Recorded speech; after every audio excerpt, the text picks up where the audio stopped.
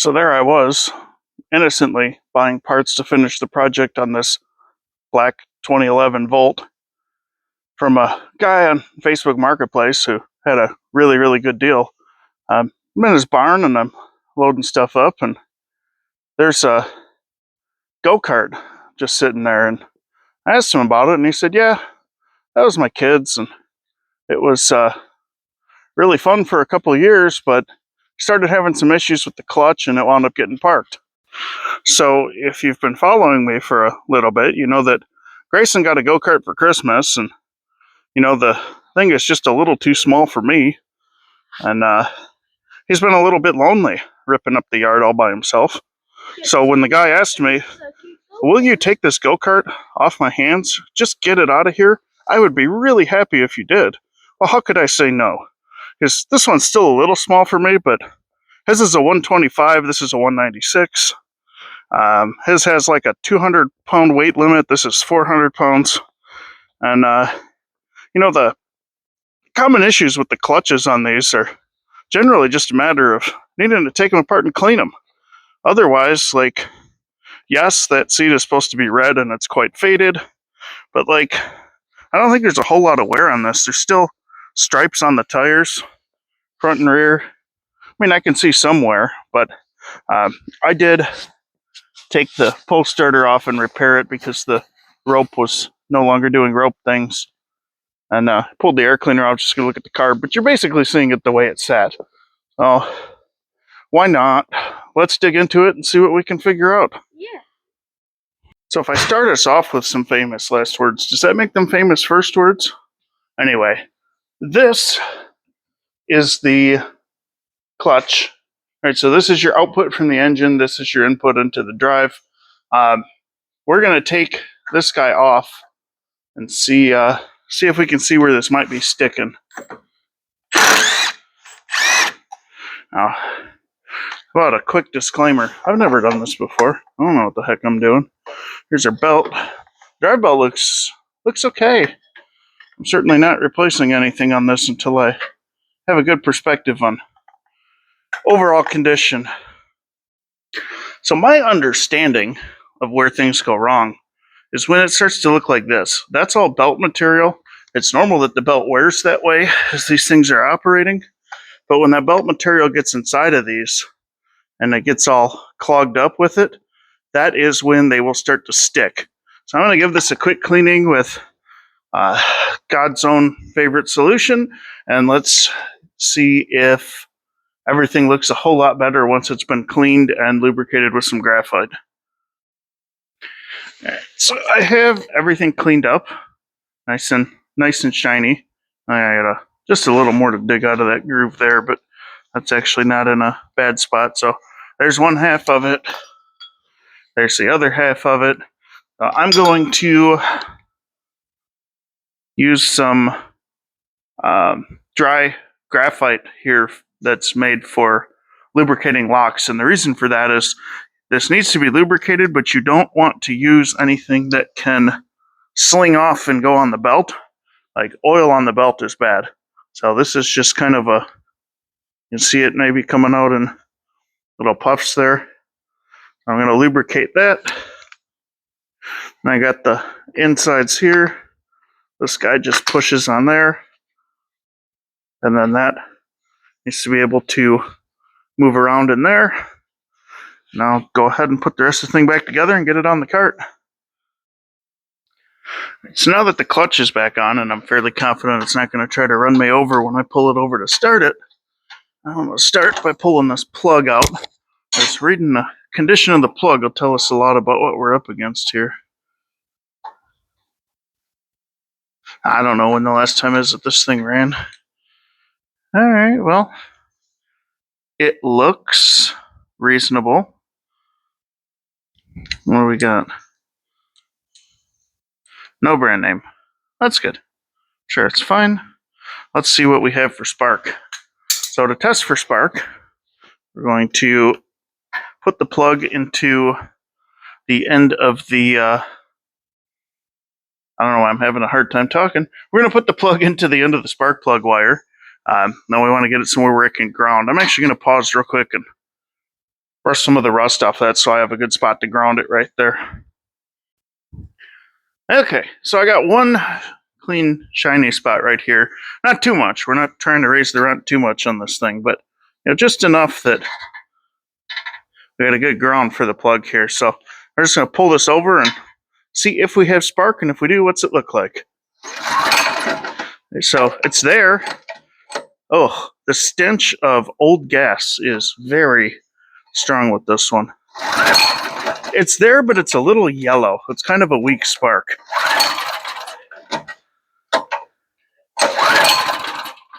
But it's there, so let's not start with spark. We're going to get that put back in.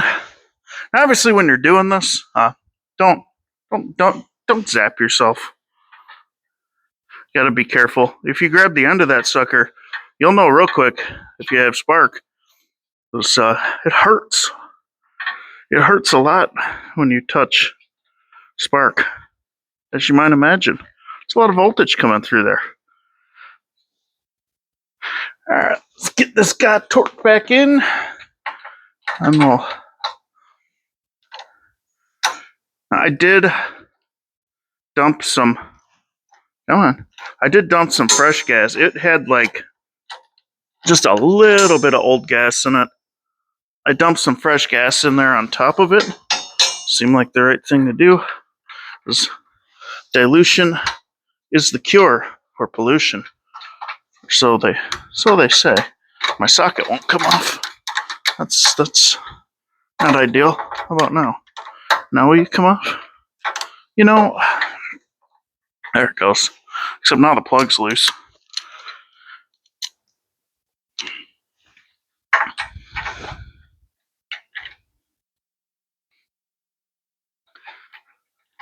Okay, got on it without pushing it all the way down. Apparently we got clearance issues there. Alright, so I think what we'll do is just make sure that we've got the choke set, and we'll pull it over and see what it does. I'm just going to take a look-see at the side of the carb here. We've got the fuel is switched on, and we'll give her full choke. And there's my connection to my throttle cable. That all looks good. I don't know. Let's see what happens.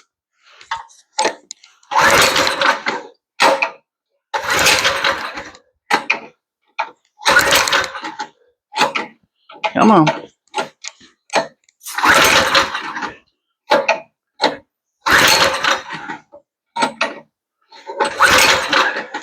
Okay. We're getting nowhere with that. What I don't want to do is flood the heck out of it. I think I'm going to pull the bowl off the carburetor and see what story that tells. Alright, so here's our carburetor here. This is kind of neat. It's got a nut on the side here. It's presumably a drain plug. We'll crack this 10 on the bottom open and let some of this old gas come rushing out and go everywhere. That's fine. It's great for your skin. It's part of my very carefully curated skincare routine over the weekends out here in the shop. And there comes the bowl. As expected, the bowl is absolutely full of trash. No surprise there whatsoever. Set that aside. I'm going to pull this pin, and this will pull the float down. And the float has the needle and seat on it there. This all actually looks really good and clean. It'll just give us a chance to blow the stuff out of the jet in here, and hopefully there's a chunk of something somewhere it shouldn't be, and cleaning the carb gets us fuel. Well, that spark didn't look perfect. It didn't look like it was the reason it's not going to start. I shut off the video for 2 seconds. You guys left me completely unsupervised, and now look what I did. So I thought we'll take the jet out of there and clean that. But the jet does not want to come out of there. And for what these carburetors sell for, it's really not worth thinking with it too much. So what I'm going to do is just get the carburetor cleaner right in this hole. Now you can see, let me plug it on the other side. That jet's not clogged. Let's just let that be what it is. Now looking around in here, there's a little sludge in there. We'll clean that out while we're in here.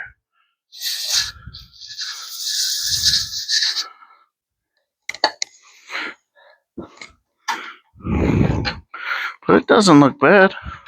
It looks all right.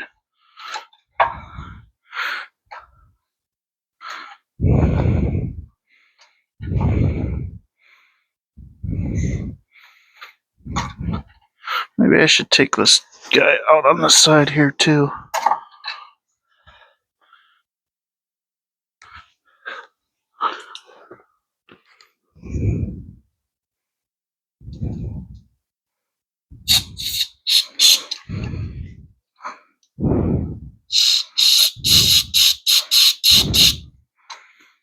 Okay, that's clear.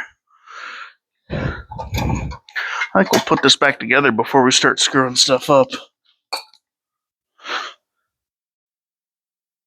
Okay, so my carburetor's back on the engine. But Tom, why didn't you put the needle and seat back together while you had the thing apart? Yeah, I don't know. That would have made a lot more sense, wouldn't it? That's okay. I like making things as difficult as I can for myself. But hey, at least, I can struggle and maybe get a free go-kart out of the deal. And I think I spent like $5 or $6 on that blue graphite, but otherwise this thing's free. So, if in your... Oh, smooth. Very smooth. I guess I missed the hole in the float. Whoops.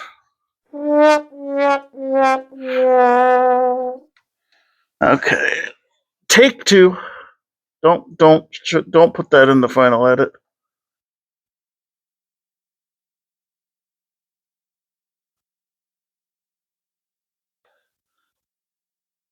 Better I find out now. Okay, come on.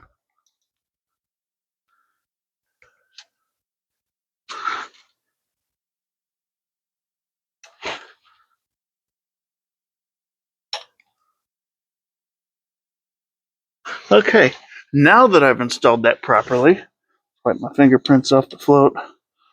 Let's turn the fuel on. The whole purpose of this guy is to stop the fuel flow. So there's the fuel pouring out onto the garage floor. And if I push this up and hold my hand smack in front of the camera so you can't see anything, the fuel flow stops. Let it down, fuel flow starts.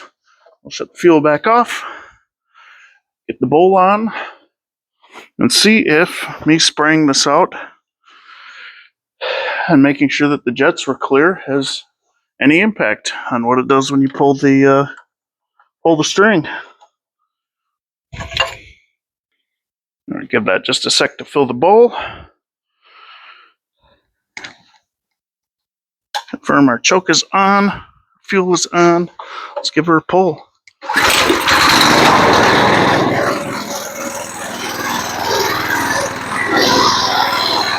All right, clutch.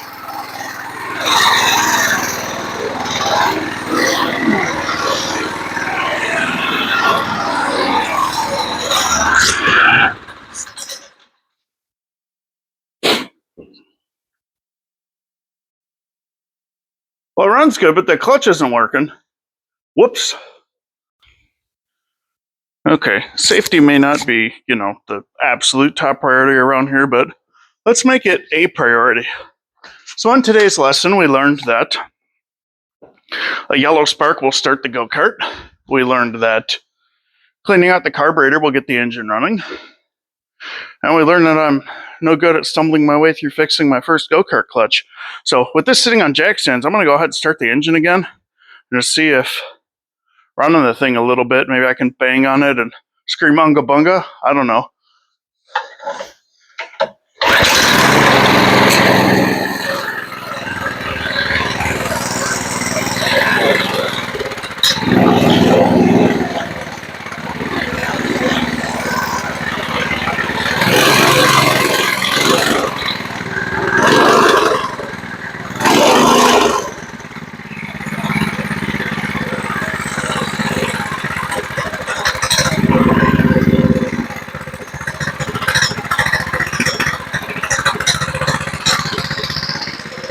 Alright, let me get you in here and show you how this clutch works.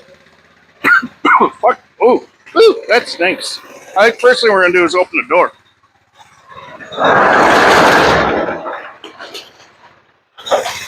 Oh my goodness.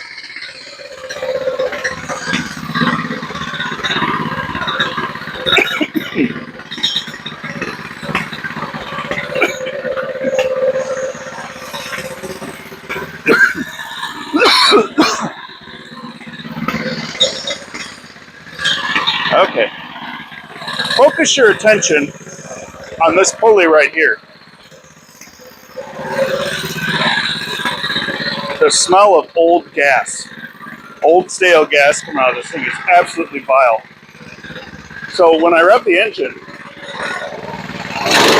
see how that pulley moves out and grabs the belt? It needs to be able to move in like this when you have lower RPM. I'm sorry, I'm choking on the smell from this thing. It is vile. Oh, it's almost working right now. I can put my leg here and stop the wheels.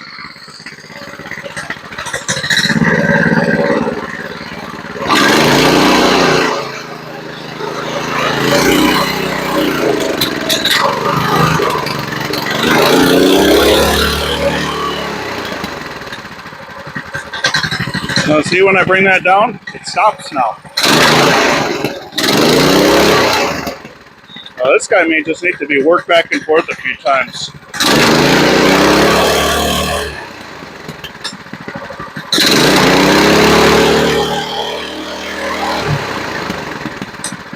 So that's how the clutch works. When the RPM of the engine increases, the weights in that clutch move out.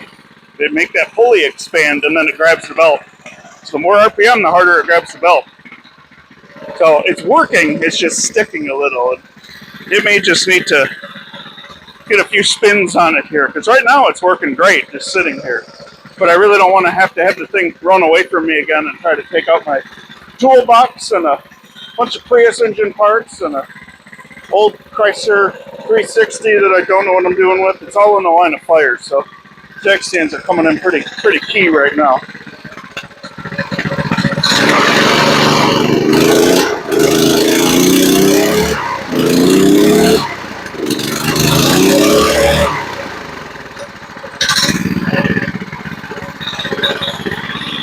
I think part of what my problem is this just has some really foul, wretched old gas in it.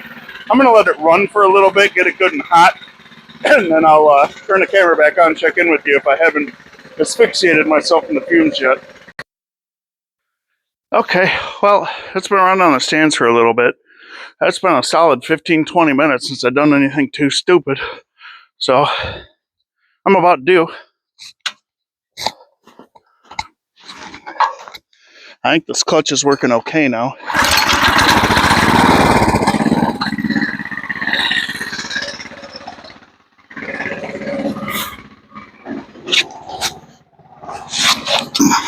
All right. Here goes nothing.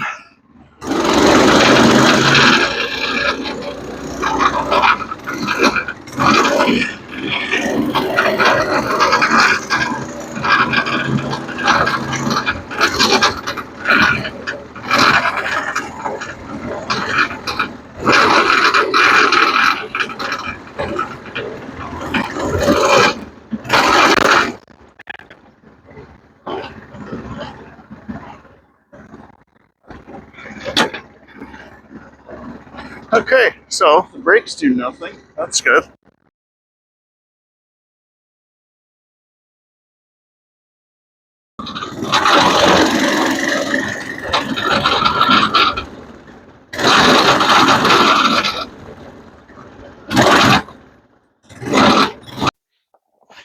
All right, so my test drive was pretty successful.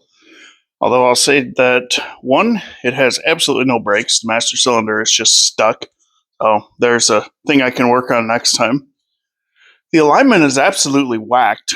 You get it moving whatever full speed is right now, and it's all over the road.